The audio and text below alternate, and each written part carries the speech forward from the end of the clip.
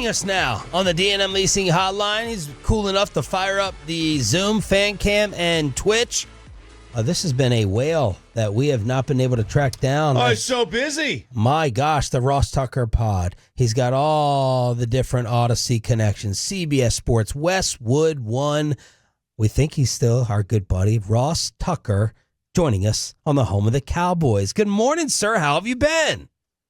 Fantastic. Did you guys try to get me during the season and they said no? We can't But the afford last you. 4 weeks. We can't afford you. All of a sudden, you switch on over to that Michael Irvin, that payment schedule, and we're like, what the heck? I feel like I can't even text you on the side because of your people. All right. So first of all, you guys can always text me. Secondly, I don't decide.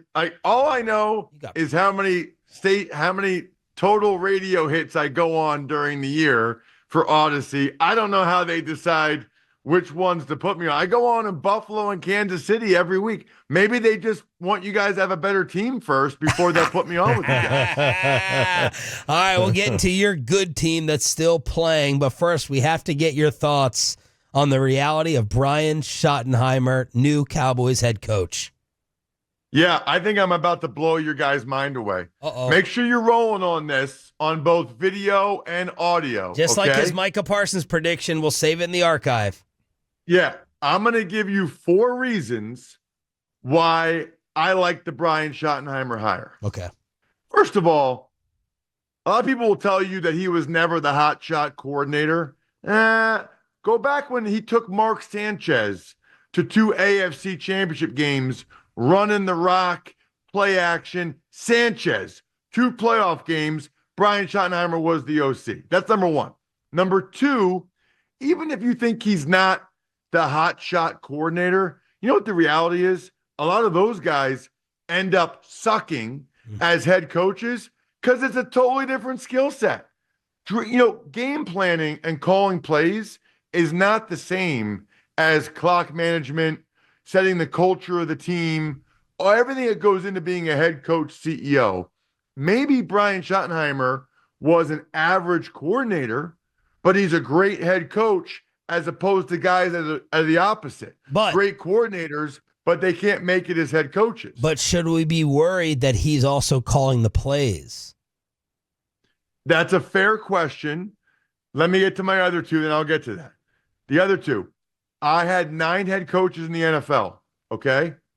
His father, Marty Schottenheimer, is the best head coach I've ever been around, okay? I had Bill Parcells when I was in Dallas. I had Bill Belichick in New England. I had Joe Gibbs in Washington. Wow. I know that Marty Schottenheimer did not have the success those guys did in terms of winning Super Bowls or what. I get that.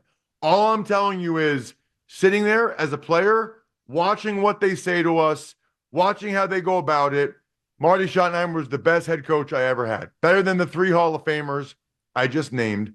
And the last thing, maybe the most important thing, the reality is nobody knows anything. I mean, you go back to 2016, the guy that was ranked as the worst hire was Doug Peterson. In 2017, he took the Eagles to their only Super Bowl ever, okay? And then the next year they went to the divisional round, the next year, whatever. 4 years ago, the Eagles hired a guy nobody had heard of. It was the last guy hired, a guy named Nick Sirianni, who didn't even call the plays for the Colts. Frank Reich did, okay? He's now taking the Eagles to their 2nd Super Bowl in 3 years. My point is, the press conference doesn't matter. How much buzz they have when they get hired doesn't matter. Nobody really knows. Everybody likes to act like they do. Everybody likes to talk like they do. Brian Schottenheimer might be awesome. He might be terrible. You don't know until they actually get in that chair and have that job. Well said. Ross Tucker joining us here on 105 through the Fan. Okay, Ross, so you mentioned you were in Washington. 01 was your first year there. And Brian Schottenheimer, I know, was the quarterback's coach. Do you remember much about him, the way he ran his group, how vocal he was? Do you remember much about his personality within the locker room? Yes. Well, first of all, I remember him being very young. And I remember, it's funny, a couple different interactions. One is I missed an OTA to go graduate from Princeton. Wow. Oh, wow. And What a flex. no, but you don't understand. I'm an undrafted piece of crap free agent. And I had to go into Marty Schottenheimer's office and I said, Coach, there's nothing more important to me in the world than trying to make this football team. But there's no scholarships in the Ivy League, and my parents paid a lot for me to go to Princeton. Is there any way I could go to graduation? Like, if you think it hurts me at all, he started laughing. He said, if I paid that much money for my kid to go to college, I'd want to see him graduate too. So go ahead. The reason why I'm telling you guys this, I graduated on like a Tuesday morning. I drove right from graduation to the facility to watch practice that day to see who got the second team reps at right tackle instead of me. And while I was in there, Brian Schottenheimer poked his head in. He's probably thinking, we got done practice at noon. It's like 6 o'clock at night. Who is this? I think that this is like one of the reasons why they love me. He popped his head in to see who it was. And he said, how was graduation? He already knew. Like he knew that this piece of crap undrafted free agent from Princeton missed because I was getting graduated. I said, it was great, Coach. Thank you. But I'm sure he told his dad, hey, that dude drove right here from graduation to watch and see what he missed today. And that was favorable. Remember this. That was the year, Bobby, that they cut Jeff George, our starting quarterback, after the second game. We played a Monday night game against the Packers. We get there on Wednesday, and everybody's like, did you hear what happened? I'm like, no, like, they cut Jeff George. Is my rookie? I'm like, they cut our starting quarterback? Like, I was like blown away. He got a lot that year out of Tony Banks and Kent Graham. We were 0-5, including a loss to you guys in Dallas when we were both 0-4. Jay Leno's making fun of us. It was a Monday night game. LeVar was crying in the locker room after the game. He was so upset. I had never been to Texas Stadium. Watching it on TV as an Eagles fan my whole life, I thought it was amazing. I got there. I was like, this place is a dump. I couldn't believe it. I was like, it was run down by then. Totally blown away. Anyway, he was very well respected. You know, you guys should get on Sage Rosenfels. I can give you his number because Rosenfels was the rookie quarterback that year. And those guys were always doing extra stuff after practice. I remember Tony Banks, Kent Graham was the backup. Sage, they were doing stuff. But Sage could give you a lot of Brian Schottenheimer insight. But I thought he was good. I mean, look, I didn't interact with him that much, but from what I saw, he did a nice job. It's not easy to be like a 28-year-old quarterback coach, and Jeff George is probably 10 years older than him at that point. That is incredible. Ross Tucker joining us on the D&M Leasing Hotline live on the Fan Cam, Twitch, and Zoom. One of the other people they interviewed, one of the few, was Kellen Moore. All the reports have the Saints interviewing Kellen Moore yesterday. What are your thoughts about Kellen Moore, and how much have you gotten to interact with him covering the Eagles? Yeah, just a couple times. One production meeting during the preseason games. And then I actually said hi to him before the NFC Championship game Sunday.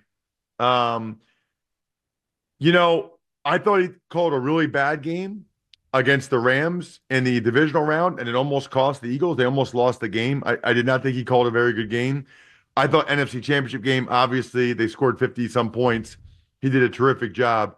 He did a nice job with them this year. It's so fascinating. They have like the weirdest offense I've ever seen, where Hurts really that was Hurts' best game in like 2 months. He hasn't really played that well. Saquon Barkley will have like 2 yards, -1, 6 yards, -2, 70. It's like Barry. They have a weird offense. I enjoyed my interaction with Kellen. He's a pretty soft-spoken guy. I would be interested to see what he's like in the front of the room, in the offensive meeting rooms. I don't feel like head coach run through a wall type when I'm talking with Kellen Moore. Whereas, I don't know if Brian has this in him, guys, but Marty Schottenheimer, Holy crap. The only coach in my NFL time, the hair on the back of your neck standing up. Like, I mean, I can just think of some Marty Schottenheimer speeches right now, and I want to headbutt RJ right now. Like, I mean, just thinking about some of those speeches. Do it. I don't know if Brian has that, but Brian obviously witnessed like 10 years of it, so he's got to have some of it. Ross Tucker joining us here, 105 through the Fan. I know Sirianni takes a lot of crap around in Philadelphia, all across the country. This room, not by me. I like him. They hate him. Is he a great coach? Is he a elite? I mean, he can go to 2 Super Bowls in 3 years. I mean, where do you put him? It's tough to say because I think this is at least the second time in the last 3 years they have the best roster. I mean, they have the best players. It's like you look at them, it's crazy. Best O-line, best running back, top 5 wide receiver duo, maybe top 2 or 3. Dallas Goedert's the top 5 tight end. Hurts, when he's playing well, is like a top 10 quarterback, and they have the best defense in the NFL. I mean, it's bananas. So he doesn't get credit because of that. That's the thing, though. There have been plenty of other talented teams, and you guys know this, that coaches screw him up, and he doesn't do that. I know this. The players love him. He sets the culture and the tone. For whatever reason, that they love him. Part of the reason why he got into it with the Eagles fans is they told him during the bye week that they wanted him to be more aggressive, more passionate, more energy. He has their back, and so they love him. And he did a nice job hiring Kellen Moore and Vic Fangio this year as well. He's pretty good on the game management, clock management stuff. I think he's a good coach. I think he probably has to win one with this roster to say he's a great coach. what does Big Dom do? Like everything. More than you can imagine. Like, how do you It's get really introduced wild. to him at first? Like, this is like Pulp Fiction. Like, He's the wolf. something. What is he? He called Darius Slay a couple years ago in free agency when Darius Slay was going to sign with the Ravens and like convince him to come back. I don't know. Like everybody loves him. Everybody knows him. He does all the background stuff. He knows everything about every player. He knows everything about everybody. And like, I don't know, the players trust him. You know, I don't know what he does for them, but the players trust him. And there's like a number of examples, like Jalen Carter, right? Nobody else wanted to draft him. They were all worried about Jalen Carter. And whatever research Dom did, they took him. And that is a bad dude. They got him with like the 9th pick. Yeah. He should have been the first pick in the draft. He's one of the best 2 or 3 D tackles in the league now. He's an absolute monster. He's trying to kill people. I love him. Reminds me of like Junkyard Jerome Brown. And Dom said, no, he'll be fine. He's with these other Georgia guys. I got him. We got Nakobe Dean, Jordan Davis. He'll be fine. They haven't had any issue with him. None so far. If we see you in New Orleans, tell your security to let us through so we can say hello.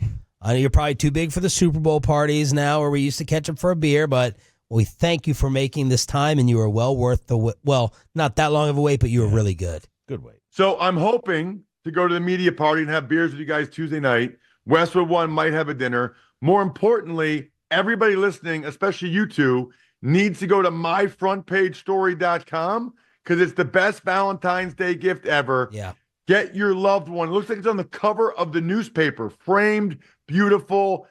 I'm telling you guys, flowers, take them out to dinner, that doesn't cut it. She will cry tears of joy. You will win, and not because the Cowboys stink. It's because you got her the best Valentine's Day gift ever. Myfrontpagestory.com. Yeah, you've been talking about them for years. It's like you have your own personal writer who's a columnist dedicate all the love and all the thoughts and all the feelings. There it is on the Look at fan that. cam. Look at that. Oh, that's awesome. Look at that. There's that no is way good. your wife or any of her friends have something like this. Put her on the front page just to be able to say, hey, babe, I want to do something special for you. So I had a story written about you. Yes. That just sounds awesome. Then she'll have it hanging up in the house. Next time you get an argument, just be like, oh, really? Did you have a story written about me? No, you didn't. I had a story written about you. Myfrontpagestory.com. I'll see you guys in New Orleans.